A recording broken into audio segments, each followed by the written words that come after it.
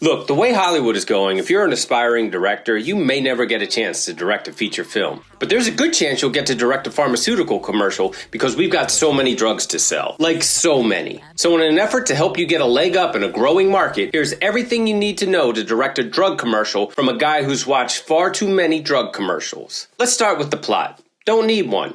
I know that sounds crazy, but it's true. You don't want anyone spending too much time trying to figure out what the hell is going on. Nothing is actually going on. You just need visuals a voiceover and legalese can exist over without too much distraction. This Skyrizi commercial appears to be an alumni homecoming and a Habitat for Humanity mashup. Are they building a new stadium? Who knows? It makes no sense as a story, and that's perfectly fine. Neither did Die My Love, and Jennifer Lawrence was nominated for a Golden Globe. The content. Let's go over the shots you're definitely going to need. These commercials tend to have some stylistic through lines and a repetition of themes and subtexts. First up, the outdoors. I'm guessing the subtext here is that drugs help you get out and living your life. It's either that or the escalating cost of healthcare in America will force you to live in a tent. Either way, you need people doing generic things outdoors. Start with fishing and camping and branch out from there. Next, throw in a dog. The subtext here is the dog needs you, so take the drug so you live. Other trends you should think about adding.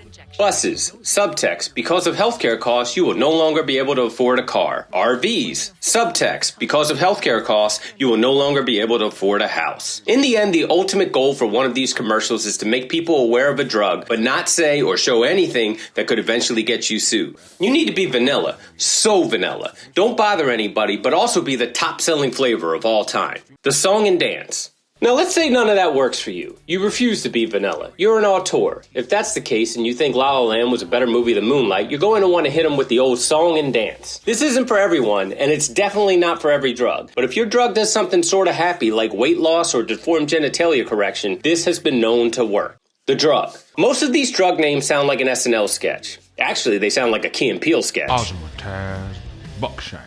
The less believable the drug names, the better. I have a theory that many of these names are just inside jokes. People in the offices of AbbVie are laughing uncontrollably right now that we're comfortable with Skyrizi as the name of a drug. Skyrizi is the name of a Mac McClung dunk on NBA All-Star Saturday night.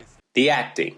Legalese lets us know these are actors. This is important because the acting is so believable. I'm just kidding. You don't want believable acting. You want overacting. The kind of acting where you understand what the person is doing with the audio turned all the way down and you're like 20 feet from the screen. The kind of acting you still understand even with the TV off. The kind of acting you expect to see in like a children's show. At some point, you're going to want your actor to talk directly to camera. This is the big acting moment. Have them stand and deliver with confidence and a hint of sadness. Are they sad because they have this ailment, or are they sad because their acting career has wound up here? Keep the audience guessing. The ailment. The best pharma ads are for diseases and ailments you've never heard of. Do that many people have that weird hand thing? Because I've never seen it in the real world. And what about that weird carrot disease? The reality is the disease doesn't need to be known. And to be honest, the disease doesn't even need to be clearly defined. For that matter, the disease doesn't really even need to truly exist. You just need enough people to think that they might have the disease. I know I'm not the only person in here who think he might, maybe, could possibly have mesothelioma. And once enough people think that they might have it, you've arrived at the most important part of the commercial. Ask your doctor. Ask your doctor. Ask your doctor. Ask your doctor. Ask your doctor.